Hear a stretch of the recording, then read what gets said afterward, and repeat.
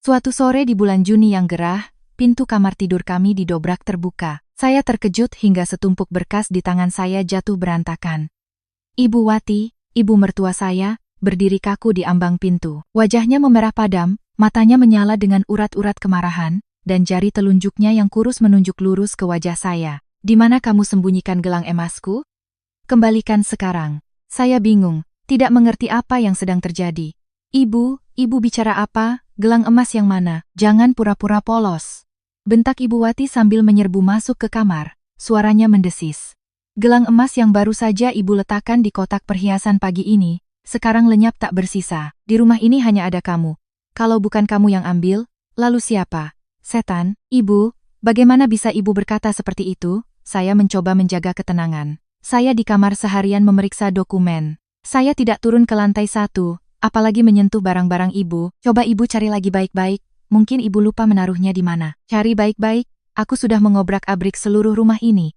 Ibu Wati tertawa sinis, tatapannya menghina saya dari ujung rambut hingga ujung kaki. Jangan mengelak, toko jamu herbalmu bangkrut, utang menumpuk. Sudah sebulan ini kamu menganggur, hanya numpang makan pada Rendra. Orang yang terdesak bisa nekat? Apa anehnya?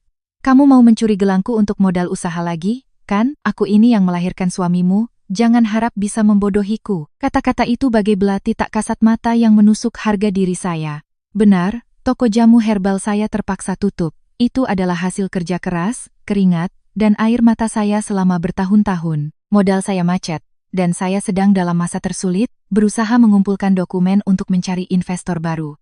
Tapi itu tidak berarti saya kehilangan martabat.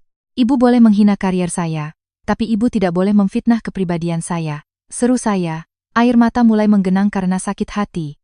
Saya tidak mengambilnya, jangan menuduh sembarangan. Tepat pada saat itu, terdengar langkah kaki tergesa-gesa di tangga. Rendra, suami saya, berlari masuk. Melihat suasana yang tegang, ia mengerutkan kening, menatap ibunya lalu menatap saya. Ada apa ini, Bu? Kenapa ribut-ribut sampai kedengaran tetangga? Saya, seperti orang tenggelam yang menemukan pelampung, segera meraih tangan Rendra.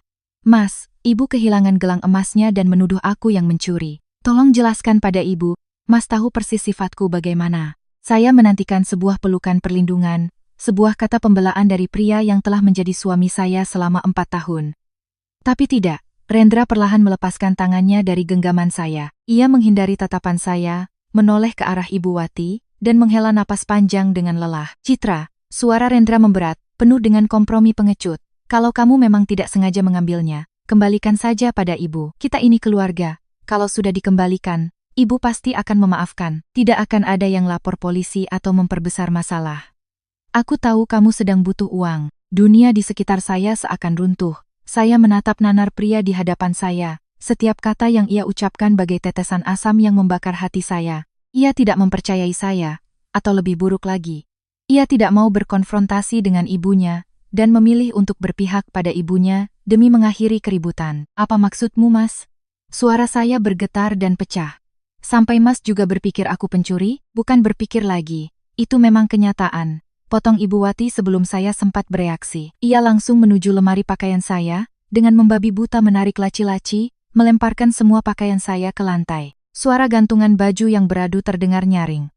Pakaian yang saya rawat baik-baik kini diinjak-injak di bawah kakinya. Ia menggeledah setiap tas, setiap kotak rias, sambil terus mengumpat dengan kata-kata kasar. Kita lihat, kalau aku menemukan barang buktinya, apa kamu masih bisa mengelak? Perempuan tidak berguna, mandul, sekarang malah jadi panjang tangan. Saya hanya bisa berdiri mematung. Seluruh tubuh saya gemetar hebat. Rendra berdiri bersandar di pintu dengan tangan terlipat, matanya kosong menyaksikan istrinya dihina di dalam kamar tidur mereka sendiri. Keheningannya saat itu terasa lebih kejam daripada semua cacian ibu mertua saya. Setelah mengobrak-abrik seluruh kamar selama 15 menit dan tidak menemukan gelang itu, kemarahan Ibu Wati mencapai puncaknya. Ia berbalik, napasnya terengah-engah, matanya menyipit menatap saya. Di mana kamu sembunyikan? Hah? Di mana? Ia mendekat. Suaranya penuh ancaman. Di kamar tidak ada, berarti kamu sembunyikan di badanmu. Ibu mau apa? Saya mundur selangkah. Insting untuk melindungi diri muncul. Mau apa? Geledah badan. Desis Ibu Wati. Buka bajumu. Buka semuanya biar aku periksa. Kalau tidak ada, baru aku percaya. Telinga saya berdengung. Buka baju. Di usia 30 tahun, Sebagai seorang perempuan berpendidikan dan punya harga diri, saya dipaksa oleh ibu mertua saya untuk telanjang demi digeledah seperti penjahat rendahan, tepat di depan suami saya sendiri. Ibu sudah gila, saya tidak akan pernah melakukan hal memalukan itu. Teriak saya, hendak berbalik keluar dari kamar. Saya tidak tahan lagi berada di neraka ini sedetik pun. Namun, saat saya hendak melangkah pergi, sebuah suara klik yang kering terdengar dari belakang. Saya menoleh. Rendra berdiri di pintu balkon, tangannya baru saja menarik slot kunci. Ia telah mengunci pintu itu, lalu menarik tirai, mengubah kamar kami menjadi sangkar yang tertutup rapat. "Kamu diam di situ," kata Rendra dengan suara dingin, wajahnya tanpa ekspresi. "Biar ibu periksa. Selesaikan dulu masalah ini sampai tuntas baru bicara yang lain. Kalau kamu keluar sekarang, tetangga akan curiga, dan nama baik keluarga kita bisa hancur." Suara selot pintu balkon itu, hingga detik ini, tidak akan pernah saya lupakan. Ia tidak hanya mengunci jalan keluar saya, tapi juga secara resmi menjatuhkan vonis mati pada pernikahan kami yang telah berjalan 4 tahun. Pria yang saya sebut suami, demi harga diri keluarga dan sifat pengecutnya, telah membantu ibunya untuk menginjak-injak martabat istrinya. Amarah yang menyesakkan naik hingga ke tenggorokan. Tapi anehnya, air mata saya berhenti mengalir. Rasa lemah dan bingung seketika lenyap. Ketika seseorang didorong ke sudut, dilucuti dari semua rasa hormat, yang tersisa hanyalah insting bertahan hidup dan akal sehat yang tajam. Saya menatap lurus ke mata Rendra, lalu beralih ke Ibu Wati yang siap menerkam. Saya mundur ke sudut tempat tidur, merogoh saku jaket, dan dengan tegas mengeluarkan ponsel saya. "Kamu mau telepon siapa? Simpan ponsel itu," bentak Ibu Wati. Saya tidak menjawab. Jari-jari saya lincah menekan 3 angka. Layar ponsel menyala, pengeras suara diaktifkan, dan nada sambung berdering panjang, menggema di kamar yang berantakan. Rendra mengerutkan kening dan maju setengah langkah. "Apa yang kamu lakukan? Halo, Polsek Setiabudi, ada yang bisa dibantu?" Sebuah suara pria yang tegas dan tenang terdengar dari seberang. Ibu Wati dan Rendra seketika membeku, wajah mereka berubah pucat. Keagresifan ibu mertua saya padam, digantikan oleh keterkejutan yang luar biasa. Saya menarik napas dalam-dalam, menekan setiap kata. Suara saya jelas dan tajam seperti pisau. "Selamat siang, Pak. Saya Citra, warga di Jalan Mawar nomor 12. Saya ingin membuat laporan darurat. Saat ini saya sedang disekap secara ilegal, difitnah melakukan pencurian, dan dipaksa untuk membuka pakaian untuk digeledah, sebuah pelanggaran serius terhadap martabat saya. Mohon pihak kepolisian segera mengirim petugas untuk turun tangan." Suara tut, tut, yang teratur terdengar lalu senyap. Ruang tidur itu dilanda keheningan yang mematikan. Rendra dan Ibu Wati seolah membatu. Wajah Rendra pucat pasi. Ia menerjang dan mencengkeram pergelangan tangan saya, menggeram. "Kamu gila, Citra. Masalah keluarga kenapa lapor polisi? Kamu mau rumah ini hancur berantakan, baru kamu puas." Dengan kasar saya menyentakkan tangan Rendra, mundur selangkah, dan menatap lurus ke mata pria yang pernah saya sebut suami dengan tatapan sedingin es. "Saat ibumu memfitnahku sebagai pencuri, saat kamu mengunci pintu agar ibumu bisa menelanjangiku, rumah ini sudah hancur. Rumah kemalingan, polisi datang membantu mencari. Bukankah itu yang kalian berdua inginkan?" Ibu Wati baru tersadar. Bibirnya gemetar, menunjuk ke wajah saya, tapi jarinya tidak lagi sekokoh tadi. Kau berani. Kalau polisi datang, kau yang pertama masuk penjara. Dasar menantu tidak tahu diri. Kalau begitu, biarkan hukum yang memutuskan siapa yang akan masuk penjara," jawab saya tanpa kompromi. Di tengah ketegangan itu, sebuah pikiran melintas di benak saya. Tinggal di rumah ini selama 4 tahun, saya sangat paham karakter Ibu Wati. Ia adalah orang yang sangat teliti, dengan satu prinsip yang tak tergoyahkan. Barang-barang paling berharga tidak akan pernah ia letakkan di kotak perhiasan yang mencolok di atas meja rias. Kotak perhiasan itu hanya kamuflase. Tempat persembunyian sebenarnya ada di tempat lain. Saya menyelinap melewati Rendra dan langsung menuju pintu kamar. "Mau kemana kamu? Berhenti!" teriak Rendra, buru-buru menghalangi pintu dengan tangannya. "Minggir!" bentak saya, mendorong bahunya dengan kuat. Kekuatan dari amarah yang terpendam membuat dorongan saya begitu kuat hingga Rendra terhuyung mundur. Saya bergegas menuruni tangga, langsung menuju kamar tidur Ibu Wati di lantai 1. Ibu Wati dan Rendra berlari panik di belakang saya. "Mau apa kau di kamarku? Mau menghilangkan barang bukti, hah?" teriak Ibu Wati. Saya tidak peduli dengan teriakan di belakang saya. Saya langsung menuju lemari kayu kecil di samping tempat tidur, tempat Ibu Wati menyimpan alat pengukur tekanan darah dan obat-obatan hariannya. Saya menarik laci teratas dengan kasar, puluhan strip dan botol obat berjatuhan. Tangan saya menyingkirkan semua itu, merogoh jauh ke sudut paling dalam laci, menyentuh sebuah benda persegi yang terbungkus kain beludru. Saya menariknya keluar ke tempat yang terang. Sebuah kotak brokat berwarna merah tua. Klik, tutup kotak terbuka. Di bawah cahaya lampu, sebuah gelang emas 24 karat seberat 100 gram tergeletak dengan angkuh di dalamnya, berkilauan penuh ironi. Lantai satu tiba-tiba senyap, hanya terdengar napas Ibu Wati yang terengah-engah dan suara Rendra yang menelan ludah. Saya mengambil gelang itu, berbalik, dan menyodorkannya tepat di depan wajah ibu mertua saya. Ibu, bagaimana ibu menjelaskan ini? Gelang seberat 100 gram senilai 100 juta rupiah milik ibu, kenapa tidak ada di kantong baju saya, tidak ada di lemari saya, tapi malah terbaring manis di dasar laci obat tekanan darah ibu? Wajah Ibu Wati pucat pasi, tak ada setetes darah pun tersisa. Matanya bergerak liar, bibirnya berkomat-kamit bingung. Ini, kenapa bisa di sini? Mungkin aku sudah tua, pikun. Tadi pagi terburu-buru jadi salah simpan. Ya, sudah tua. Ingatan menurun. Cuma salah simpan. Salah simpan? Saya tertawa, tawa yang getir sampai ke lubuk hati. Ibu pikun salah simpan, tapi berani naik ke kamar saya, memaki saya sebagai pencuri. Ibu pikun, tapi memaksa saya melepas pakaian untuk ibu geledah martabat saya. Pikunnya ibu sangat selektif, ya. Tepat saat itu, bel pintu berbunyi berulang kali dengan cepat. Suara radio HT terdengar samar dari balik gerbang besi. Rendra tergagap membuka pintu. Kapten Taufik bersama seorang polisi lainnya masuk, wajah mereka serius. Kami menerima laporan darurat dari nomor telepon Ibu Citra. Siapa pelapornya? Dan apa yang terjadi di sini? Tanya Kapten Taufik, matanya mengamati kami bertiga secara bergantian.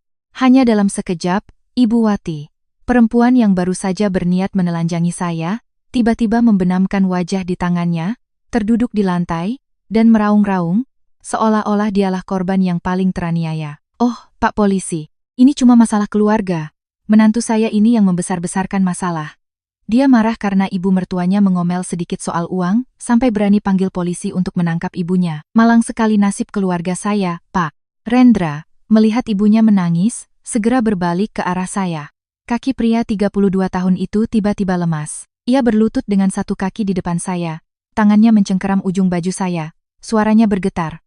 Citra, aku mohon padamu, ibu sudah tua. Dia hanya salah paham. Demi pernikahan kita selama 4 tahun, cabut laporannya. Bilang saja pada bapak-bapak polisi ini ada kesalahpahaman. Aku mohon, jangan perbesar masalah ini, nanti kita malu sama tetangga. Saya menunduk menatap Rendra. Rasa marah kini berganti menjadi jijik yang luar biasa. Demi pernikahan 4 tahun, saya menggeram.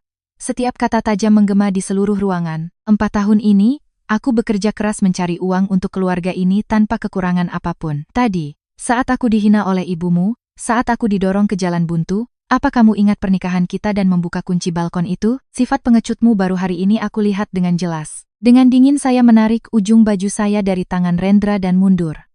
Saya berbalik ke arah Kapten Taufik, mengangkat tinggi kotak brokat merah berisi gelang emas itu. Pak Kapten, tidak ada kesalahpahaman di sini, suara saya tegas, tanpa getaran sedikit pun. Ibu Wati sengaja menyembunyikan gelang ini di laci obat pribadinya, lalu naik ke kamar saya dan memfitnah saya melakukan pencurian.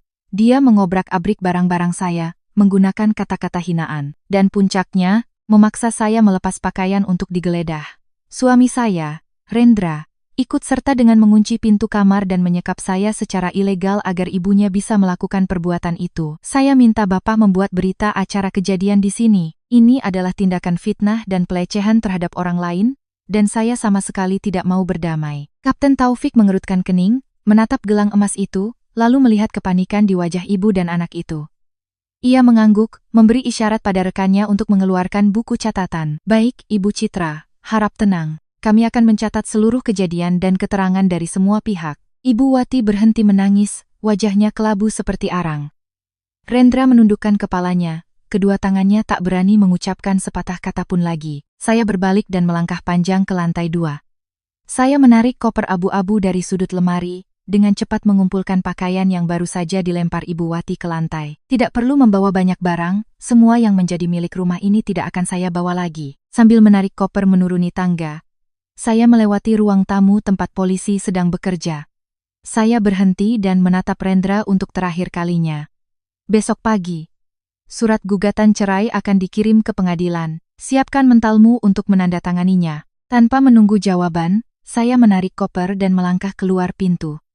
Angin sore menerpa wajah saya. Saya berjalan pergi, meninggalkan di belakang saya sebuah sarang palsu, meninggalkan pria hina dan sesaknya 4 tahun masa muda saya. Di depan mungkin ada badai, tapi setidaknya saat ini, saya telah merebut kembali martabat saya sendiri. Saya menarik koper saya yang berderit di koridor apartemen, berhenti di depan unit nomor 812. Jam menunjukkan pukul 8 malam. Seluruh tubuh saya terasa lelah dan hampa. Beberapa detik setelah saya menekan bel, pintu terbuka. Rina, sahabat saya sejak kuliah, muncul dengan celemek yang masih terpasang. Melihat saya dengan wajah kuyu, mata bengkak, dan koper abu-abu di samping saya, senyum di bibir Rina seketika lenyap. Ia buru-buru menarik saya, masuk dan menutup pintu. "Citra, kamu kenapa?" Si Rendra berulah lagi, tanya Rina panik, kedua tangannya memegang bahu saya dan mengguncangnya. Pertahanan yang saya bangun sepanjang sore itu runtuh. Saya membenamkan kepala di bahu Rina dan menangis tersedu-sedu. Tangisan yang terpendam meledak dari lubuk hati seorang wanita yang baru saja kehilangan segalanya, dari cinta, karier, hingga harga diri. Rina tidak bertanya lebih lanjut, hanya mengelus punggung saya, membiarkan saya meluapkan semua kepahitan. Malam itu, apartemen Rina terasa sunyi, hanya suara kipas angin di langit-langit yang berputar. Kami berdua duduk memeluk lutut di sofa, secangkir teh jahe di meja sudah mendingin. Saya baru saja menceritakan seluruh kejadian mengerikan sore itu, dari cerita gelang 24 karat di laci obat hingga suara kunci balkon yang kejam dari Rendra. Setelah mendengar semuanya, Rina memukul meja dengan keras. "Kurang ajar. Benar-benar keluarga keparat. Ibu Wati jahat itu sudah biasa. Aku tidak menyangka Rendra bisa sehina itu, mengunci pintu agar ibunya bisa menelanjangi istrinya. Apa dia masih manusia? Kamu lapor polisi itu sudah sangat tepat, biar saja perempuan tua itu merasakan duduk di kantor polisi menulis surat pernyataan." Tepat saat itu, layar ponsel saya yang tergeletak di meja terus menyala. Suara notifikasi pesan masuk berbunyi bertubi-tubi. Rina melirik, mengerutkan kening, lalu mengambil ponsel saya dan membacanya dengan suara keras. "Dasar menantu tidak tahu diri, sialan kami sekeluarga mengangkatmu, beraninya kau panggil polisi untuk menangkap ibu mertuamu?" Rina terus membaca. "Rendra itu suami baik-baik, sekarang kau injak-injak kepalanya. Mau menghancurkan rumah ini, kan? Pergi saja kau dari sini." Rina melemparkan ponsel itu ke sofa dengan kasar, giginya bergemeletuk. "Tuh lihat, seluruh keluarganya ikut-ikutan mencacimu. Paman bibinya mengirim pesan menerormu. Matikan saja ponselmu, Citra, jangan dibaca, bikin sakit mata." Saya tertawa hambar, mengambil ponsel dan dengan dingin menekan tombol daya. Layar menjadi gelap. Biarkan saja mereka mencaci. Aku tidak merasa sakit hati lagi sekarang. Aku hanya merasa jijik. Aku baru saja melangkah keluar pintu, mereka sudah bersekongkol untuk saling melindungi. Di mata mereka, aku selamanya hanya orang luar, duri yang harus dicabut. Rina menatap saya, matanya penuh iba, tapi juga bercampur dengan kebingungan. Ia menghela napas ragu-ragu.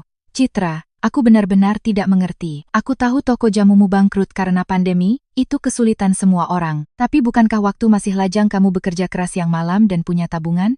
Seingatku, hampir 500 juta rupiah. Uang itu cukup untuk menopang tokomu melewati pandemi. Atau setidaknya cukup untuk biaya hidupmu. Kenapa kamu bisa sampai menganggur dan tidak punya uang sama sekali hingga dihina numpang makan oleh Ibu Wati?" Pertanyaan Rina seolah menyentuh luka terdalam dan paling berdarah di hati saya. Uang 500 juta rupiah. Itu adalah uang hasil keringat dan air mata saya, malam-malam tanpa tidur mengerjakan proyek sebelum menikah. Saya memejamkan mata, menarik napas dalam-dalam untuk menahan air mata yang hendak tumpah. Uang itu sudah tidak ada lagi, Rin. Tidak ada. Kamu investasikan kemana sampai habis? Mata Rina terbelalak. Saya menggelengkan kepala, perlahan menceritakan kebenaran yang saya sembunyikan selama lebih dari setahun. Hampir 2 tahun lalu, saat pandemi baru mulai, tokoku masih berjalan lancar. Tiba-tiba, Paman Bahtiar, paman kandung Rendra, menang tender pengadaan alat kesehatan di beberapa rumah sakit daerah. Dia kekurangan modal besar untuk membeli barang dan sudah mencari pinjaman kemana-mana tapi tidak dapat. Saya berhenti, menelan rasa pahit di tenggorokan. Malam itu, Ibu Wati dan Rendra memanggilku ke ruang tamu. Ibu Wati menangis, bilang kalau Paman Bahtiar diambang kebangkrutan. Kalau tidak ada uang, dia harus menjual rumah untuk bayar utang. Dia memegang tanganku erat-erat, berbisik bahwa di seluruh keluarga, hanya aku yang punya tabungan. Dia memohon padaku untuk meminjamkan uang 500 juta itu pada Paman Bahtiar. Dan kamu setuju? Rina membelalakan matanya. Kamu gila. Uang hasil kerja kerasmu kenapa kamu berikan pada paman antah berantah itu? Aku tidak mau setuju. Saya menggigit bibir hingga terasa perih. Aku sudah bilang itu dana darurat untuk toko. Tapi Rendra, dia berlutut memohon padaku. Dia bilang paman Bahtiar sudah seperti ayah keduanya. Membantu pamannya sama dengan membantu keluarga kami. Kalau usahanya lancar, dia akan segera mengembalikan, plus bunganya. Ibu Wati bersumpah akan menjamin. Aku, karena kasihan pada suami, karena ingin menjaga bakti, dan karena percaya pada status satu keluarga, aku akhirnya mengangguk dan menarik seluruh isi tabunganku. Rina ternganga, wajahnya memerah karena marah. Ya Tuhan, Citra, kenapa kamu sebodoh itu? Lalu waktu tokomu sekarat dan hampir tutup, kamu menagih utang itu, apa kata dia? Saya tertawa getir, mengeluarkan secarik kertas terlipat 4 dari laci kecil koper saya. Saya memberikannya pada Rina. Lihat ini, surat pinjamannya. Rina merebut kertas itu, membaca cepat tulisan tangan di atasnya. Tiba-tiba ia berhenti. Apa-apaan ini? Surat tanda terima. Saudara Rendra telah menyerahkan uang sebesar 500 juta rupiah kepada Paman Bahtiar untuk mendukung usaha. Hei, jelas-jelas kamu yang meminjamkan uangmu, kenapa di surat ini tertulis Rendra yang memberikan uang, dan tidak ada tanggal pengembalian, juga tidak ada namamu sama sekali.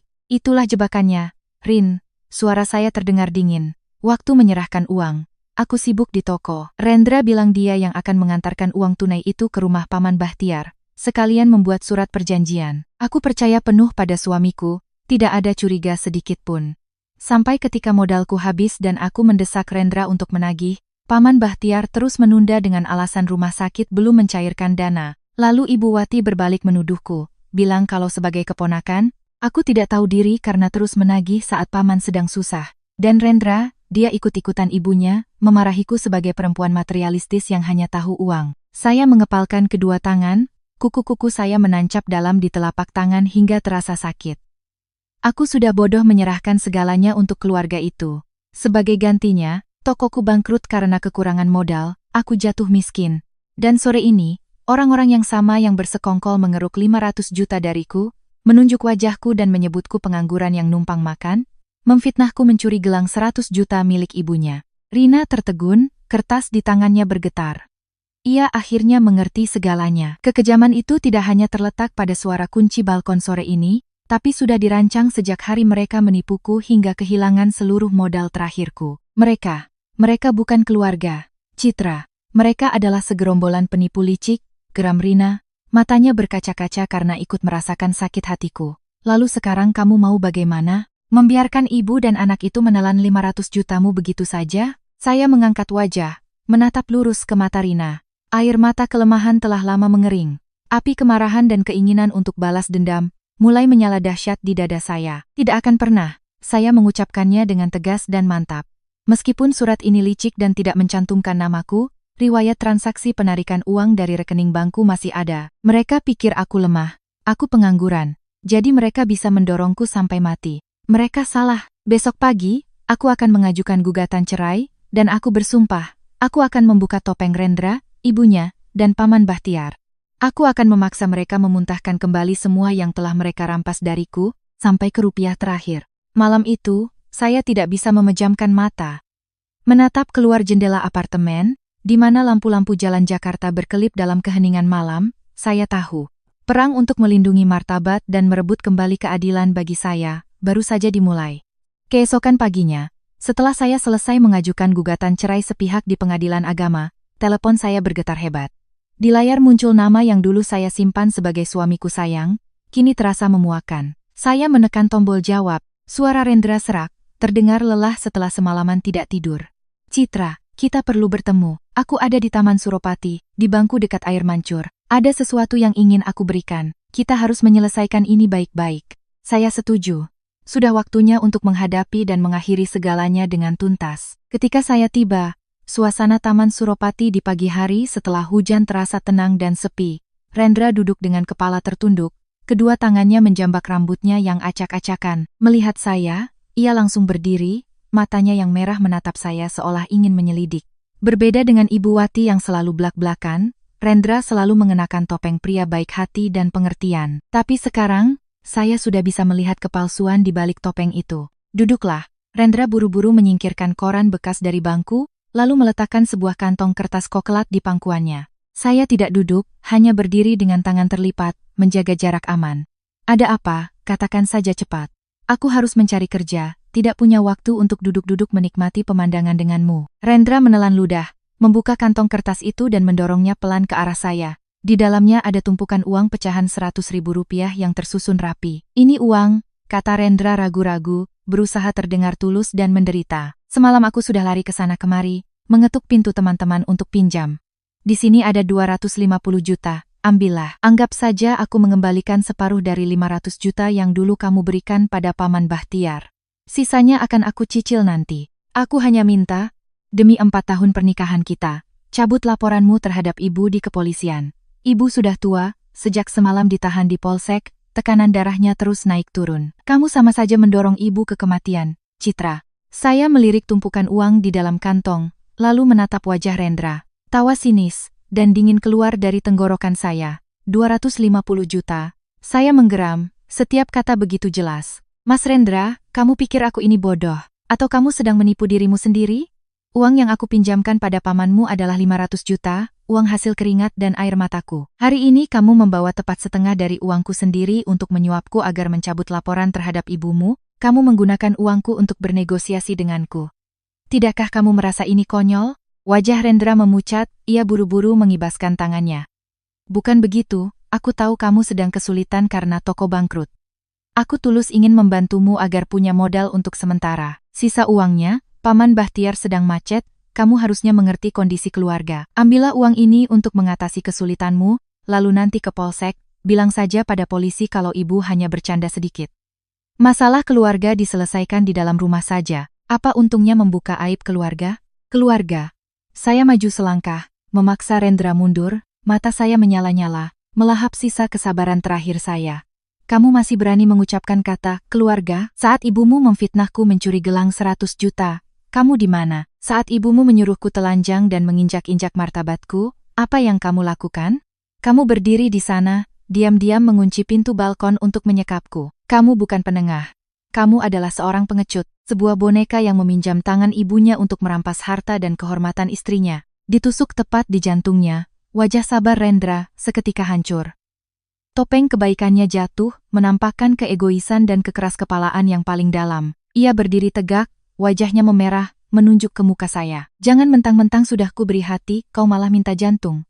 Bentak Rendra, suaranya tak lagi ada rasa hormat. Aku sudah merendahkan diri meminta maaf dan membawa uang tunai. Tapi kau masih bersikap seperti ini, ibuku curiga kau mencuri, memangnya kenapa? Kau pengangguran di rumah, tidak menghasilkan sepeser pun, hidup menumpang di rumah ini. Wajar kalau orang curiga. Ibu menyuruhmu buka baju itu untuk membuktikan kau bersih. Kalau kau tidak melakukan apa-apa, kenapa harus meronta seperti cacing kepanasan? Saya tertegun. Meskipun sudah menduga Rendra akan sekejam ini, saya tidak menyangka ia bisa mengeluarkan logika sebejat itu. Tapi kekejian pria di hadapan saya belum berhenti. Rendra menatap saya dengan tatapan penuh kebencian, bibirnya menyunggingkan senyum sinis. Atau jangan-jangan kau sudah punya laki-laki lain di luar sana? Apa katamu? Mata saya terbelalak, amarah menyumbat tenggorokan. Apa aku salah bicara? Rendra maju mendekat. Tiba-tiba kau membuat keributan besar hanya karena sebuah gelang, memanggil polisi untuk menangkap ibu mertuamu. Malam itu juga kau berkemas dan pergi dari rumah. Dan pagi ini kau mengajukan gugatan cerai. Semuanya terlalu terencana.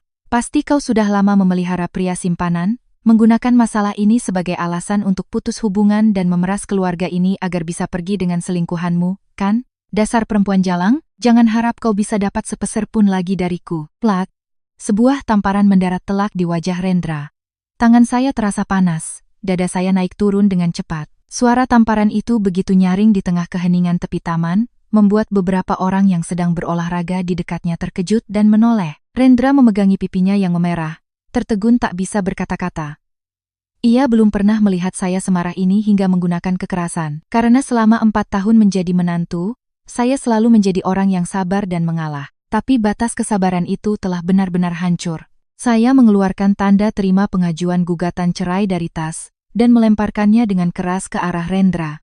Kertas tipis itu melayang dan jatuh ke tanah, tepat di samping sepatu kulitnya. Tamparan ini adalah hadiah terakhirku untuk semua perbuatan hinamu, kata saya dengan dingin, suara setajam pisau, setiap kata ditujukan pada pria bejat itu. Uang 500 juta itu, ditambah semua kerugian mental yang kau dan ibumu sebabkan, akan aku tagih semuanya melalui pengadilan, tidak kurang sepeser pun. Simpan saja uang recehmu ini dan pulanglah, katakan pada ibumu untuk bersiap-siap menghadapi persidangan. Jangan harap aku akan mencabut laporanku. Setelah itu, saya berbalik dan melangkah pergi tanpa menoleh sedikit pun.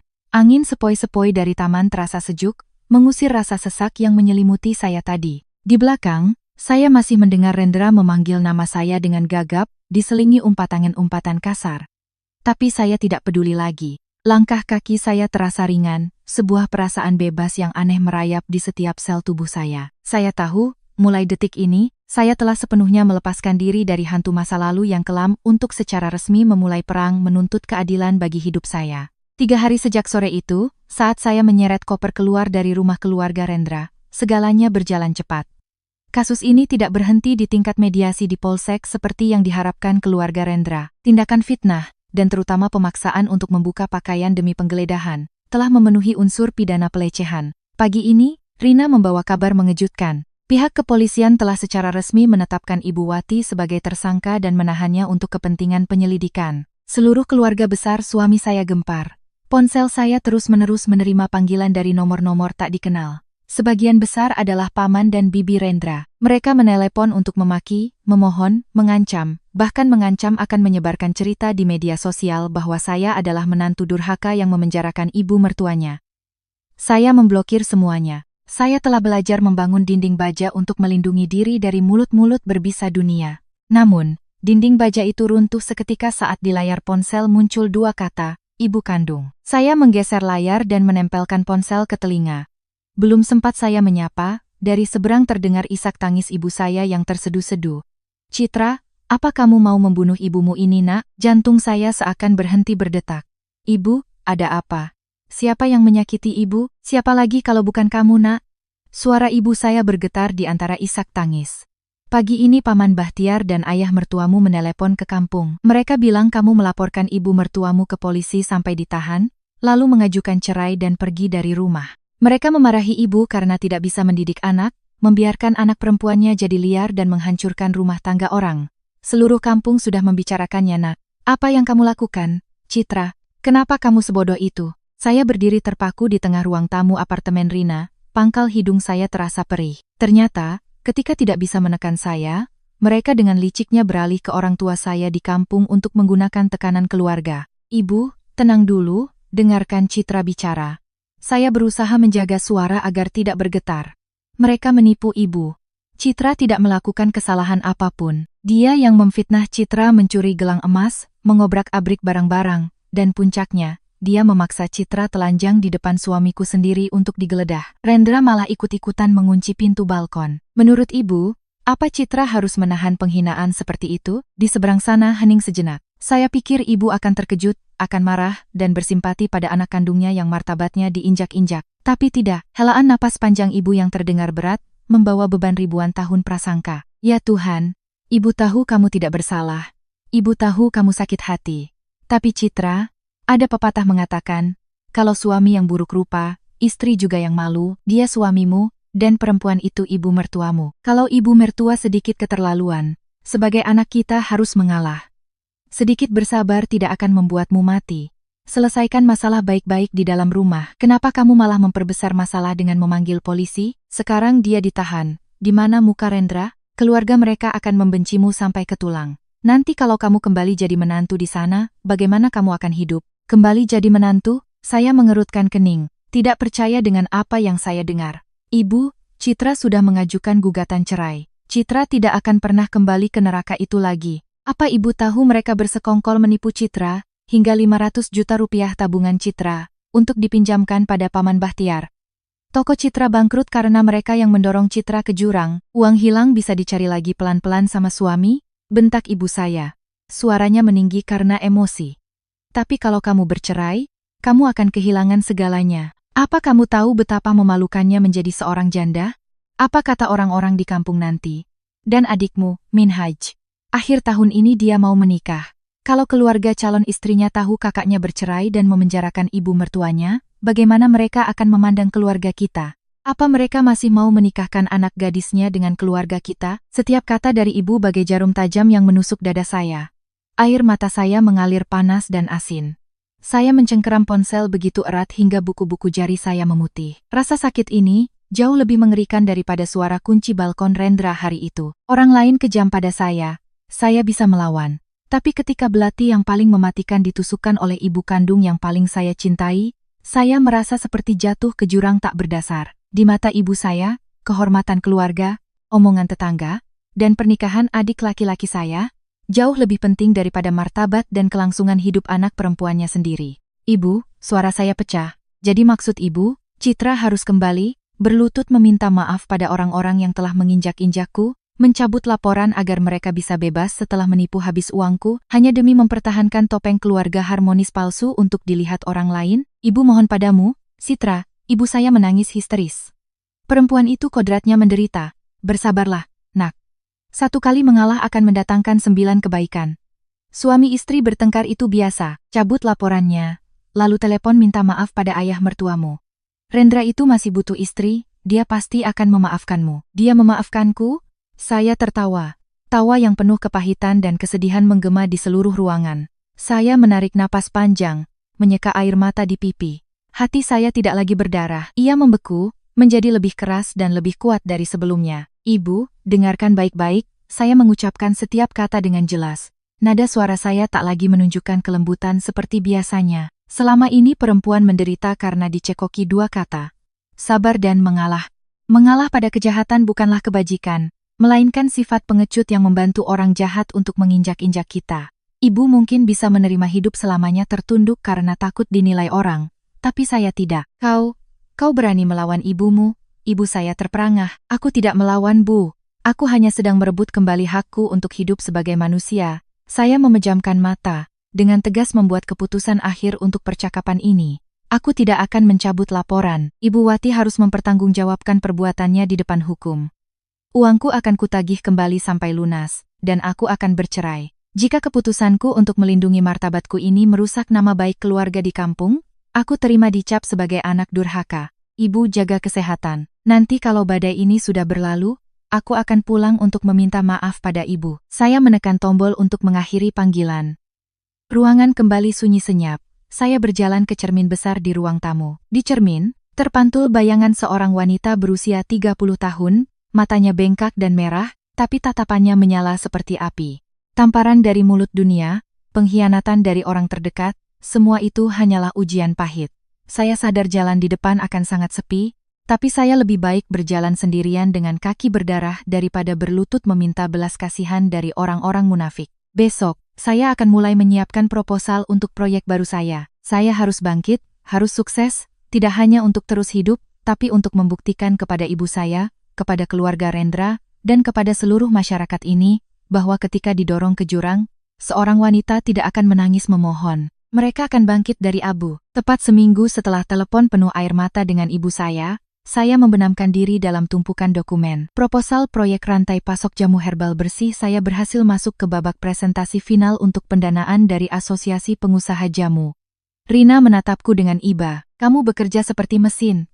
Citra, saya hanya tersenyum tipis. Aku tidak punya waktu untuk menangis. Hanya pekerjaan, hanya kesuksesan yang bisa membantuku menginjak-injak penghinaan dari mereka yang menyebut diri keluarga. Pukul 10 malam hari Selasa, saat saya sedang memeriksa kembali slide presentasi, telepon berdering. Nama ibu muncul di layar. Kali ini bukan nasihat untuk bersabar, melainkan jeritan histeris yang bercampur dengan suara sirene yang memekakkan telinga. Citra, pulang nak, nenek.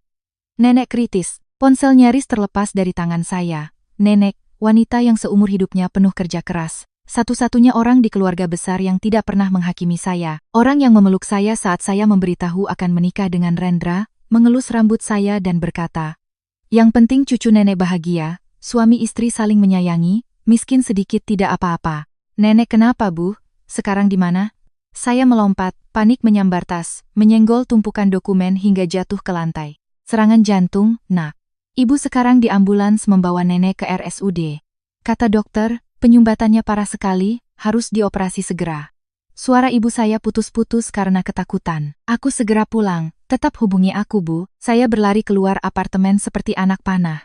Rina tergesa-gesa mengejar dan menyodorkan kunci mobilnya. Pakai ini, biar cepat. Kalau naik bus atau taksi, keburu terlambat. Nyetir hati-hati, ingat, jarak lebih dari 100 km dari Jakarta ke kampung malam ini terasa begitu panjang dan gelap. Saya menginjak gas, kedua tangan mencengkeram setir hingga memutih. Di kepala saya hanya terbayang wajah nenek yang lembut dan penuh keriput.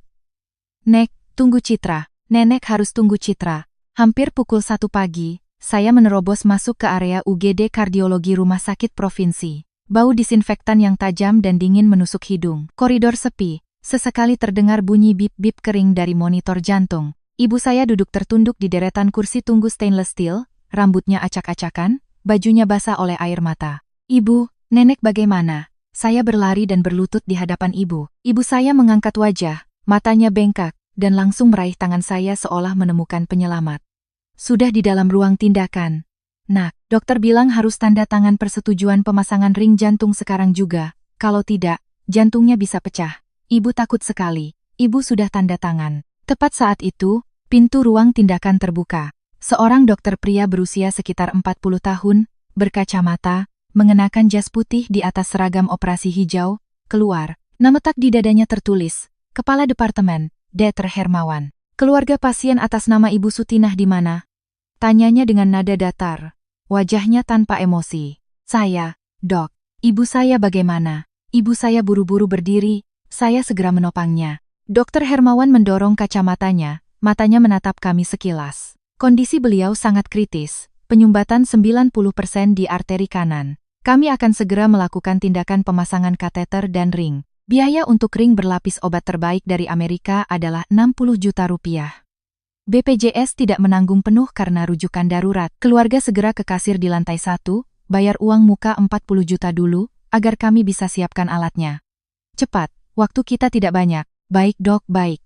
Saya segera ke sana. Ibu saya gemetar, mengeluarkan setumpuk uang lecek dari kantong kainnya. Bu, biar Citra saja. Saya menahan tangan ibu, membuka tas dan mengambil kartu ATM. Saya menatap lurus ke mata dokter itu. Dokter, silakan lanjutkan penyelamatan, biaya bukan masalah. Mohon gunakan alat terbaik untuk menyelamatkan nenek saya. Dokter Hermawan mengangguk sekilas, bibirnya menyunggingkan senyum yang sulit diartikan. Tenang saja. Bu, rumah sakit selalu pakai standar terbaik, cepat selesaikan administrasinya. Setelah itu, ia berbalik dan masuk kembali ke area steril. Saya bergegas ke lantai 1. Kasir saat dini hari hanya dijaga satu petugas, dan sialnya, mesin EDC untuk kartu debit sedang mengalami gangguan koneksi. Mbak, ke ATM di belakang apotek saja. Ya, mesinnya error dari tadi sore. Belum diperbaiki, kata petugas itu sambil menguap dan menunjuk ke pintu belakang. Saya buru-buru berlari ke area apotek yang sepi. Jalan setapak yang sempit dan kurang cahaya itu tersembunyi di samping tangga darurat. Baru saja saya selesai menarik setumpuk uang dari mesin ATM dan hendak kembali, sebuah bisikan dari celah pintu darurat yang sedikit terbuka membuat saya berhenti. Suara itu sangat familiar, serak dan penuh perhitungan. Lot kateter dan ring dari PT Medika Sejahtera ini harganya ketinggian. Pasien banyak yang komplain.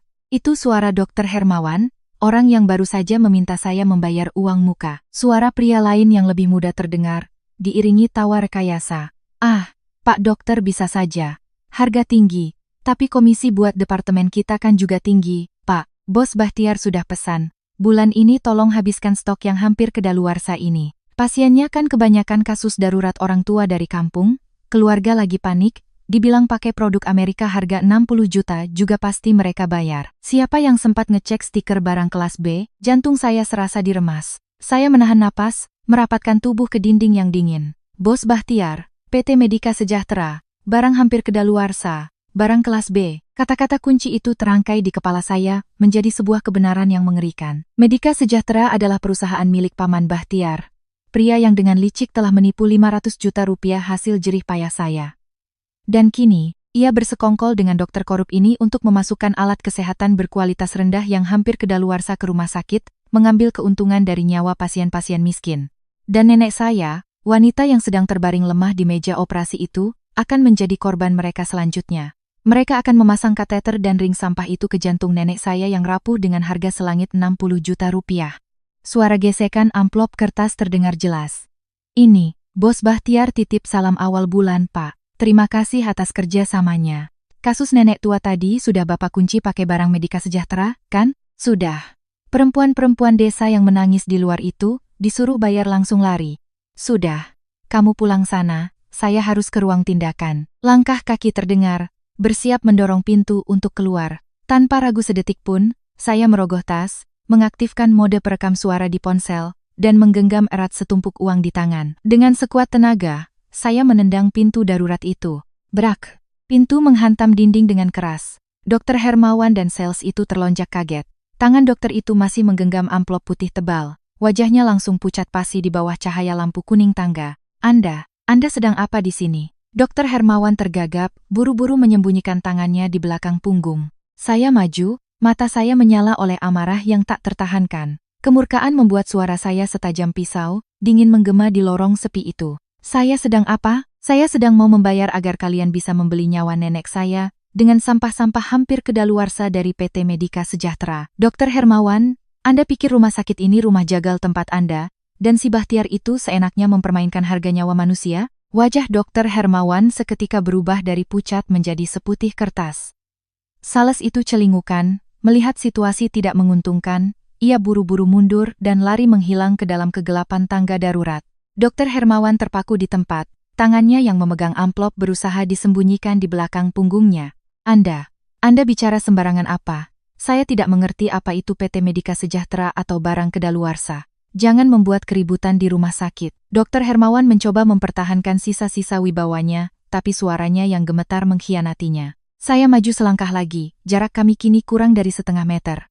Saya tersenyum sinis, mengangkat ponsel yang lampu indikator rekamannya berkedip merah tepat di depan wajahnya. Anda mungkin tidak mengerti, tapi rekaman ini sangat mengerti. Dari harga selangit 60 juta, uang suap, sampai nama bos Bahtiar, dari PT Medika Sejahtera.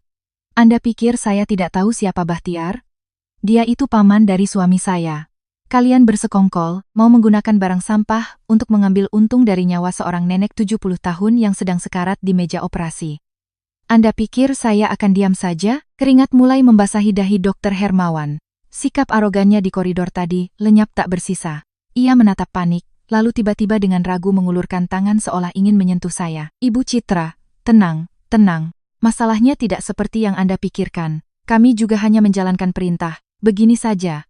Ia merendahkan suaranya, berbisik. Operasi nenek Anda, saya pribadi yang akan tanggung biayanya pakai ring impor dari Prancis, tidak akan saya tagih sepeser pun. Anda hapus rekaman ini, kita anggap saja ini bantuan keluarga. Plak, saya menepis tangannya dengan kasar, mata saya menyala penuh amarah. Keluarga? Siapa keluarga Anda? Simpan saja omong kosong busuk Anda itu. Saya beri Anda waktu 2 menit. Saya menggeram. Setiap kata terdengar dingin dan tajam. Segera urus surat rujukan ke Rumah Sakit Jantung Pusat di Jakarta untuk nenek saya. Malam ini juga, jika ada penundaan atau tipu muslihat, bersiap saja Anda melepas jas putih Anda dan berurusan dengan Inspektorat Kementerian Kesehatan dan polisi. Sadar tidak bisa mengelak atau menyuap, Dokter Hermawan akhirnya mengangguk pasrah.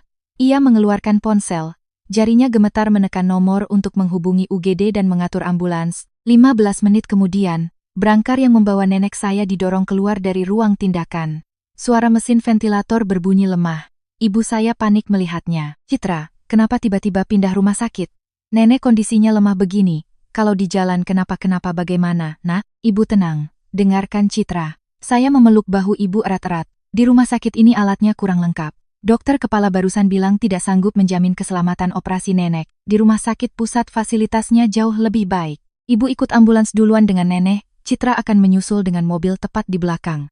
Ibu harus percaya Citra tidak akan membiarkan nenek kenapa-kenapa. Mendengar ketegasan dalam suara saya, ibu akhirnya mengangguk sambil menyeka air mata. Petugas medis segera memindahkan nenek ke ambulans. Sirene mulai meraung, memecah keheningan malam di halaman rumah sakit. Saat saya hendak berlari ke tempat parkir, sebuah suara serak dan berat terdengar dari sudut gelap di bawah pohon ketapang dekat gerbang. Citra, tunggu sebentar. Saya terkejut dan berbalik. Sesosok tubuh kurus dan pendek melangkah keluar dari kegelapan. Di bawah kilatan lampu biru merah ambulans, saya tertegun mengenali Pak Harun, ayah mertua saya. Pria yang seumur hidupnya hanya diam, hidup seperti bayangan tak terlihat, selalu menunduk di hadapan istrinya yang galak dan adik iparnya yang arogan, kini berdiri di depan saya. Ia mengenakan jaket usang, Napasnya terengah-engah, wajahnya penuh keriput kelelahan. Rupanya ia naik bus malam terakhir dari Jakarta untuk menyusul saya ke rumah sakit ini. Ayah, kenapa ayah ada di sini? Saya mundur setengah langkah, tubuh saya menegang, penuh waspada. Pak Harun tidak langsung menjawab. Tangannya yang kasar dengan canggung mengeluarkan sebuah map kertas semen berwarna kuning dari balik jaketnya, lalu mendorongnya ke tangan saya. Ambil ini, nak, ini semua yang kamu butuhkan. Suara Pak Harun tercekat, matanya menghindari tatapan saya, penuh dengan rasa bersalah. Ini apa ya? Saya mengerutkan kening, tidak berani membukanya. Salinan rekening koran Bahtiar dan buku catatan internal semua jalur suap perusahaan Medika Sejahtera, desahnya, seolah melepaskan beban yang telah dipikulnya selama bertahun-tahun. Seumur hidup ayah pengecut, membiarkan ibumu menindasmu, membiarkan Bahtiar menipu habis uangmu, dan membuat Rendra menjadi anak yang tidak tahu berterima kasih. Ayah tahu semuanya, ayah lihat semuanya, tapi ayah takut nama baik keluarga hancur. Tapi malam ini, ayah tidak bisa diam lagi. Ayah diam-diam membongkar lemari kerja Bahtiar di rumah dan mengambil semua ini. Ini bukti paling jelas tentang permainan kotornya dengan Dr. Hermawan dan banyak rumah sakit lain. Saya tertegun. Di bawah cahaya remang-remang, lembaran rekening koran dengan stempel merah terlihat jelas di samping buku-buku kecil yang mencatat jumlah komisi yang ditransfer ke Dr. Hermawan. Inilah titik mematikan bagi si paman beracun itu. Bahtiar dan Rendra sedang dalam perjalanan ke sini. Dokter tadi sudah menelepon mereka, melaporkan ulahmu, desak Pak Harun. Ia menepuk bahu saya. Kamu harus pergi sekarang. Ikuti nenekmu, bawa ini, selamatkan dirimu, dan gunakan ini sebagai senjata untuk menuntut keadilan. Ayah minta maaf, nak, keluarga ini berutang banyak padamu. Saya menatap pria malang di hadapan saya, hati saya terasa perih. Ternyata di keluarga yang dingin dan kejam itu, masih tersisa sedikit nurani dari sudut yang paling gelap. Terima kasih ya. Saya menyimpan map itu dengan aman, mengangguk mantap. Ayah jaga diri. Saya berbalik dan berlari sekuat tenaga menuju mobil Rina. Ambulans mulai bergerak, sirenenya meraung menembus jalan raya. Saya menyalakan mesin, menginjak gas, mengikuti dari belakang. Di depan adalah kegelapan malam menuju ibu kota, tapi kini tangan saya yang memegang kemudi terasa begitu mantap. Map di kursi penumpang adalah kunci takdir. Ia tidak hanya akan menyelamatkan nyawa nenek saya, tapi juga akan menjadi vonis paling telak yang mengakhiri kesombongan mereka yang telah dengan kejam menginjak-injak hidup saya. Nenek melewati masa kritis setelah operasi darurat selama lebih dari 3 jam di rumah sakit jantung pusat. Ketika profesor tua itu melepas masker hijaunya, tersenyum, dan mengangguk, nenek Anda sudah selamat melewati maut. Seluruh tubuh saya lemas dan saya terduduk di lantai koridor, air mata mengalir deras. Saya telah merebut kembali orang yang paling saya sayangi dari tangan maut dan dari tipu daya busuk segerombolan manusia keji. Sabtu pagi, 3 hari setelah operasi, kesehatan nenek sudah stabil. Saya kembali ke apartemen Rina, mandi, mengenakan setelan blazer abu-abu yang rapi, menata rambut, dan memoles bibir dengan lipstik merah bata. Berdiri di depan cermin, saya tersenyum. Waktunya pergi ke medan perang. Hari ini adalah presentasi final untuk pendanaan proyek rantai pasok jamu herbal bersih di hadapan Dewan Asosiasi Pengusaha Jamu. Aula di lantai 3 terasa sangat megah. Rina menggenggam tangan saya erat. Tenang dan percaya diri. Ya, kamu sudah mempersiapkan ini dengan darah dan air mata. Saya mengangguk, membawa tumpukan dokumen, dan melangkah masuk. 5 juri duduk di barisan depan. Mata saya menyapu satu persatu untuk memberi salam, lalu berhenti. Senyum di bibir saya lenyap sekejap, digantikan hawa dingin yang merayap di punggung. Duduk angkuh di kursi paling kanan, memegang pulpen emas, tidak lain adalah Paman Bahtiar. Ia mengenakan setelan jas mengkilap, rambutnya disisir ke belakang dengan pomade, di dadanya tersemat pin sponsor kehormatan. Pria licik yang menipu 500 juta rupiah dari saya, yang nyaris merenggut nyawa nenek saya dengan alat medis palsu, kini duduk di posisi yang akan menentukan masa depan saya.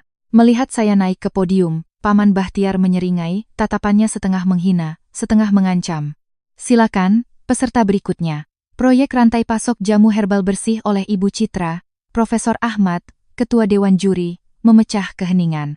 Saya menarik napas dalam-dalam, menyalakan file presentasi, dan dengan suara yang lantang dan jelas, saya memaparkan setiap angka keuangan, metode verifikasi, dan potensi ekspansi rantai pasok. Dewan juri mengangguk setuju. Semuanya berjalan lancar hingga sesi tanya-jawab. Tepat saat Profesor Ahmad hendak bertanya, Paman Bahtiar buru-buru mencondongkan tubuh ke mikrofon. Tunggu sebentar, sebelum kita membahas angka-angka indah di layar itu, saya punya pertanyaan mengenai integritas, moral, dan kapasitas sesungguhnya dari kandidat ini. Seluruh ruangan hening. Beberapa juri menoleh ke arahnya dengan heran. Ia berdeham, sengaja berbicara dengan keras. Hadirin Dewan Juri, bisnis itu intinya adalah kepercayaan dan hati nurani. Ibu Citra ini melukiskan masa depan yang sangat indah di atas kertas, tapi menyembunyikan sebuah fakta. Beberapa waktu lalu, toko jamu herbal miliknya bangkrut total. Seseorang yang tidak bisa mengelola satu toko kecil, bagaimana bisa menjamin keberlangsungan rantai pasok skala besar? Belum lagi, Paman Bahtiar berhenti, matanya setajam silet menatap saya, suaranya dibuat-buat seolah prihatin. Dari sisi moral, seorang wanita yang baru saja dengan tega memenjarakan ibu mertuanya sendiri hanya karena masalah sepele, memutuskan hubungan dengan mengajukan cerai, menelantarkan suami yang sedang kesulitan, dan memusuhi kerabat, apakah ia punya kepribadian yang cukup untuk menjalankan proyek yang mengatasnamakan herbal bersih dan menyembuhkan orang? Apakah kekejaman dan pengkhianatan dalam keluarga akan terulang pada para mitra bisnis yang duduk di sini? Kata-kata beracun Paman Bahtiar bagai api yang dilempar ke tumpukan jerami kering. Seluruh ruangan riuh berbisik. Tatapan para juri mulai berubah, penuh keraguan. Paman Bahtiar bersandar di kursinya, melipat tangan di dada, senyum kemenangan terukir jelas di wajah arogannya. Ia pikir saya akan hancur, menangis, atau berteriak histeris. Tapi ia salah. Citra yang dulu telah mati di hari pintu balkon itu dikunci. Saya berdiri tegak di podium. Kedua tangan saya letakkan dengan tenang di atas meja. Bibir saya perlahan mengukir senyum yang tajam. Saya menatap lurus ke mata Paman Bahtiar, lalu menyapu pandangan ke seluruh dewan juri. Terima kasih atas pertanyaan yang sangat personal dari juri perwakilan sponsor. Saya memulai dengan suara yang tenang dan menggema. Saya tidak menampik bahwa toko saya sebelumnya harus tutup. Tapi jika juri Bahtiar sudah bersusah payah menyelidiki kehidupan pribadi saya, mungkin beliau juga harus jujur memberitahu dewan juri alasan sebenarnya di balik kebangkrutan itu. Paman Bahtiar sedikit mengerutkan kening, posturnya mulai kaku. Toko saya bangkrut bukan karena kapasitas saya yang buruk, melainkan karena modal sebesar 500 juta rupiah telah dipinjam oleh seseorang yang mengatasnamakan keluarga dengan kata-kata manis, lalu secara terang-terangan dirampas dan tidak dikembalikan. Saya menekan setiap kata, mata saya terpaku pada wajahnya yang mulai memucat. Itu adalah pelajaran termahal dalam hidup saya tentang kepercayaan buta, dan pelajaran itulah yang membantu saya membangun mekanisme manajemen risiko keuangan yang sangat ketat dalam proyek baru ini. Saya pernah jatuh, dan saya tahu caranya agar tidak pernah tertipu lagi di dunia bisnis. Bisik-bisik di ruangan seketika berbalik arah. Profesor Ahmad mengangguk, matanya menunjukkan kekaguman atas cara saya membalikkan keadaan. Tapi saya belum berhenti, saya melangkah keluar dari podium. Dan mengenai kata bersih dalam bisnis dan moral yang baru saja disinggung oleh juri Bahtiar, saya setuju sepenuhnya. Berbisnis, terutama di bidang kesehatan, hati nurani harus jadi yang utama. Rantai pasok yang bersih berarti tidak ada kecurangan. Sama seperti bisnis penyediaan alat-alat kesehatan. Saat saya mengucapkan kata-kata penyediaan alat-alat kesehatan, bahu Paman Bahtiar tersentak. Tangannya yang memegang pulpen bergetar hebat hingga pulpen itu jatuh ke meja dengan bunyi klik yang keras. Saya tetap tersenyum tenang. Suara saya lembut tapi memiliki bobot ribuan ton yang menghancurkan arogansi lawannya. Sebuah perusahaan yang menggunakan barang palsu, barang hampir kedaluarsa, bermain kotor dengan menyuap dokter untuk dimasukkan ke rumah sakit demi mengambil untung dari nyawa pasien-pasien miskin. Apakah topeng pengusaha sukses dan bermoral di luaran bisa menutupi kebusukan di dalamnya, Pak Bahtiar? Mendorong seseorang yang melakukan pelecehan untuk diadili bukanlah kekejaman, melainkan penegakan keadilan. Sedangkan mereka yang menghisap darah rakyat dan menjadikan nyawa manusia sebagai ladang bisnis, cepat atau lambat pasti akan berhadapan dengan hukum. Wajah Paman Bahtiar berubah dari putih menjadi kelabu. Keningnya basah oleh keringat, bibirnya bergerak-gerak tanpa bisa mengucapkan sepatah kata pun untuk membantah. Keangkuhannya yang tadi melangit hancur lebur oleh kebenaran telanjang yang hanya ia dan saya yang tahu. Saya berbalik ke arah dewan juri, menutup presentasi saya dengan profesionalisme mutlak. Hadirin sekalian, saya berdiri di sini bukan untuk membela perceraian saya, karena hukum akan melindungi yang benar. Saya berdiri di sini dengan kemampuan saya, dengan data yang transparan, dan dengan proses yang sepenuhnya bersih. Saya akhiri presentasi proyek saya. Keheningan berlangsung sekitar 5 detik sebelum Profesor Ahmad bertepuk tangan. Seketika, seluruh ruangan bergemuruh dengan tepuk tangan. Saya menunduk berterima kasih, lalu dengan tenang membereskan dokumen. Saat berjalan melewati meja juri, saya melirik Paman Bahtiar.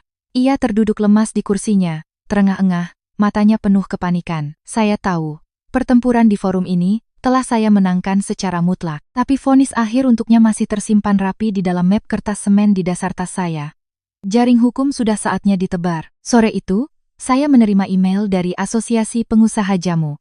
Proyek rantai pasok jamu herbal bersih resmi mendapatkan paket investasi awal sebesar 2 miliar rupiah. Rina memeluk saya, melompat-lompat di tengah kafe, menangis bahagia. Tapi saya tahu, perang saya belum berakhir. Saya mengeluarkan map dari Pak Harun, mendorongnya ke arah pria berjas hitam di hadapan saya. Dia adalah pengacara saya, Pak Wibowo. Pak Wibowo, ini semua salinan rekening dan buku catatan jaringan suap PT Medika Sejahtera yang melibatkan Dekar, Hermawan dan banyak rumah sakit lain, dengan Paman Bahtiar, paman dari suami saya, sebagai otaknya. Menurut Bapak, apakah ini cukup untuk tuntutan pidana? Pengacara Wibowo dengan hati-hati membolak-balik setiap lembar, alisnya yang tebal berkerut. Setelah beberapa menit, ia menatap saya dengan takjub. Lebih dari cukup, Bu Citra, sangat detail. Dari nomor rekening penerima, tanggal transaksi, hingga tanda tangan konfirmasi. Dengan berkas ini ditambah rekaman suara ibu malam itu, tuduhan penyuapan tidak bisa dielak lagi. Kita akan segera membuat laporan ke Direktorat Tindak Pidana Korupsi. Saya mengangguk tegas. Lakukan segera, Pak. Penghisap darah pasien tidak pantas berkeliaran bebas. Hanya 3 hari kemudian, jaring hukum benar-benar dijatuhkan. Rabu pagi, berita utama di televisi, Kepala Departemen Kardiologi RSUD dan Direktur PT Medika Sejahtera ditangkap atas kasus suap dan pelanggaran tender, gambar Dekter, Hermawan yang lesu dan Paman Bahtiar dengan tangan di borgol terpampang di layar, membuat saya bisa bernapas lega. Kejahatan pasti akan mendapat balasan. Rumah 2 lantai milik keluarga Rendra kini benar-benar hancur. Ibu mertua saya masih ditahan, sekarang ditambah paman kandungnya yang terancam hukuman penjara. Pukul 5 sore itu, saat saya baru tiba di lobi apartemen Rina, sesosok pria kurus dengan janggut acak-acakan muncul dari sudut gelap dan menghadang saya. Itu Rendra. Pakaiannya kusut, matanya cekung, tak ada lagi sisa penampilan pria terhormat seperti dulu. Melihat saya, ia seperti orang tenggelam yang menemukan pelampung, langsung berlutut di lantai lobi yang dingin. Citra, aku mohon padamu. Suara Rendra serak dan putus asa.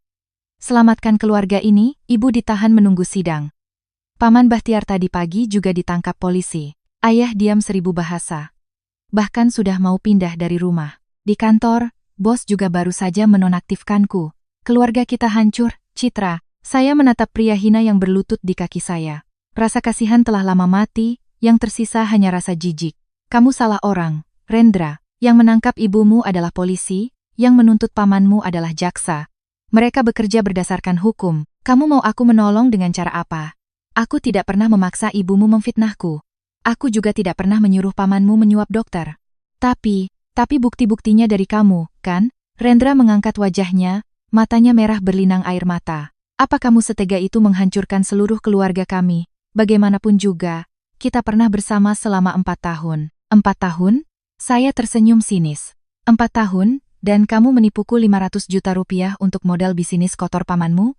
4 tahun, dan saat aku dipermalukan ibumu, kamu yang mengunci pintu balkon? Saat itu, apa kamu ingat arti bersama? Rendra tak bisa menjawab. Seluruh tubuhnya gemetar. Ia menunduk, air mata penyesalan yang terlambat jatuh ke lantai. Citra, aku salah. Aku benar-benar salah. Sekarang paman ditangkap, 500 juta milikmu mungkin hilang. Tapi aku janji, aku akan jual rumah kita. Aku akan kembalikan semua uangmu, tidak kurang sepeser pun. Asalkan kamu mau memohon keringanan untuk ibu dan mencabut gugatan cerai. Kita mulai lagi dari awal, ya? Saya menggelengkan kepala. Semuanya terasa konyol. Kelemahan Rendra hingga detik terakhir hanya memikirkan cara menarik saya kembali untuk menjadi pelampung bagi hidupnya yang berantakan. Menjual rumah dan membayar utang itu kewajibanmu, bukan syarat untuk tawar-menawar denganku, kata saya dengan dingin, setiap kata seperti paku yang menancap. 500 juta itu, ditambah kerugian moral, pengacaraku akan mengurusnya di pengadilan sampai lunas. Soal mencabut gugatan cerai, konyol. Tanda terima dari pengadilan sudah kamu terima. Tepat seminggu lagi kita bertemu di pengadilan. Mulai sekarang, jangan pernah muncul di hadapanku lagi tanpa didampingi pengacaraku. Setelah itu, saya berbalik, menempelkan kartu akses, dan masuk ke dalam lift. Pintu lift tertutup, memisahkan saya dari tatapan memelas dan tangisan putus asa Rendra yang menggema di lobi. Kejahatan telah mulai membayar harganya. Rumah megah yang dibangun dari tipu daya dan kebohongan kini tinggal puing-puing. Dan saya sedang naik lift menuju tempat yang lebih tinggi.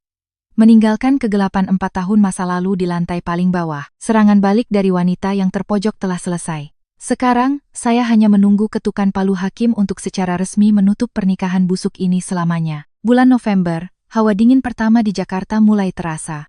Tepat 5 bulan setelah sore di bulan Juni yang panas itu, saya kembali berhadapan dengan Rendra. Bukan di kamar tidur yang berantakan, tapi di ruang sidang pengadilan agama. Ketukan palu hakim menandai berakhirnya pernikahan 4 tahun kami. Saya memegang surat putusan cerai di tangan. Stempel merahnya terasa dingin. Perasaan saya bukanlah kemenangan atau kesedihan, melainkan kelegaan yang luar biasa. Seperti baru saja berhasil mengangkat tumor ganas dari tubuh.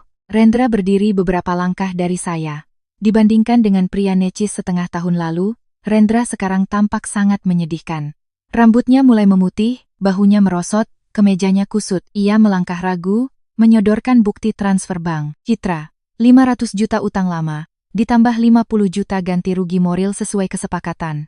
Sudah aku transfer langsung ke rekeningmu. Suara Rendra serak, matanya tak berani menatap saya. Rumah sudah aku jual. Setelah membayar utangmu dan ganti rugi untuk kasus Paman Bahtiar, tidak banyak yang tersisa. Saya membuka ponsel, notifikasi dari bank menunjukkan angka Rp550.000.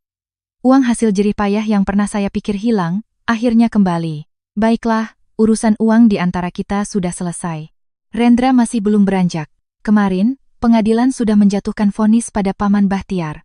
5 tahun penjara. Dr. Hermawan juga divonis 7 tahun. Dan ibu. Suara Rendra tercekat. Ibu divonis 12 bulan penjara dengan masa percobaan karena kasus pelecehan. Sejak pulang dari sidang, rambutnya memutih semua. Dia sekarang menyewa kamar kos kecil di pinggiran kota, tidak berani keluar rumah karena malu. Ayah pulang ke kampung dan tidak mau mengakui kami lagi. Citra, keluarga kami benar-benar hancur.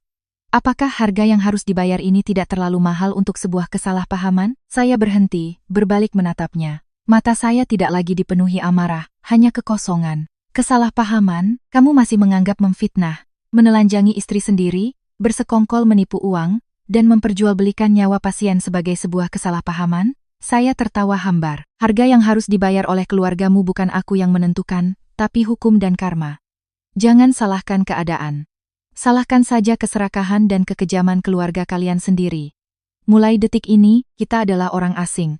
Jangan pernah temui aku lagi. Saya berbalik dan melangkah pergi. Di luar gerbang, mobil Rina sudah menunggu. Ia tersenyum lebar. Sudah selesai, Bu Bos? Sudah. Aku bebas. Saya tersenyum cerah dan masuk ke dalam mobil. 2 bulan kemudian, apartemen baru saya dibanjiri cahaya sore. Nenek saya duduk dengan nyaman, wajahnya segar, menonton acara musik di televisi. Setelah operasi, kesehatannya pulih sepenuhnya. Ibu saya meletakkan semangkuk sayur lodeh di meja dan memanggil saya. Citra, cuci tangan, ayo makan. Istirahat dulu, dari pagi di depan laptop terus. Saya menutup laptop.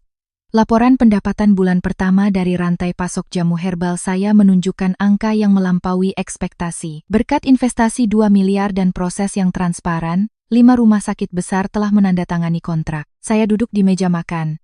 Ibu menyendokkan nasi, lalu tiba-tiba menggenggam tangan saya, matanya berkaca-kaca. Ibu salah nak, melihat apa yang kamu bangun sekarang, melihat nenek sehat, ibu baru sadar. Kalau dulu kamu menuruti ibu dan kembali ke rumah itu, mungkin sekarang kamu sudah hancur. Nenek pun mungkin tidak akan selamat. Ibu terlalu takut pada omongan orang sampai hampir mendorong anak sendiri ke jurang. Saya tersenyum lembut, menggenggam tangannya. Jangan salahkan diri sendiri, Bu. Generasi ibu terikat oleh tradisi yang berat. Tapi lihatlah, perempuan tidak harus selalu mengalah secara buta. Kita harus melindungi martabat kita sendiri. Sekarang aku mandiri, bisa merawat nenek, merawat ibu. Pernikahan Minhaj bulan depan juga aku yang tanggung semua biayanya. Apa ada orang di kampung yang berani merendahkan seorang janda yang mandiri dan sukses? Ibu saya menyeka air matanya, tersenyum cerah. Tidak ada lagi yang berani. Mereka malah iri pada ibu karena punya anak perempuan sepertimu. Makan sore itu terasa hangat. Setelah makan malam, saya menyeduh secangkir teh herbal, produk dari proyek saya sendiri, dan melangkah ke balkon. Berbeda dengan balkon terkunci yang penuh kenangan pahit itu, balkon saya sekarang lapang, dipenuhi pot-pot bunga yang mekar. Saya menyesap teh panas. Rasa pahit di awal, lalu berganti dengan rasa manis yang menenangkan di tenggorokan. Persis seperti hidup yang baru saja saya lalui. Pernah merasakan pengkhianatan yang paling pahit, Kini yang tersisa adalah kebebasan dan kedamaian yang tak ternilai. Langit Jakarta mulai memerah di ufuk barat. Saya berdiri di sana, meregangkan badan dan menghirup udara dalam-dalam. Kedamaian, akhirnya, datang mengetuk pintu.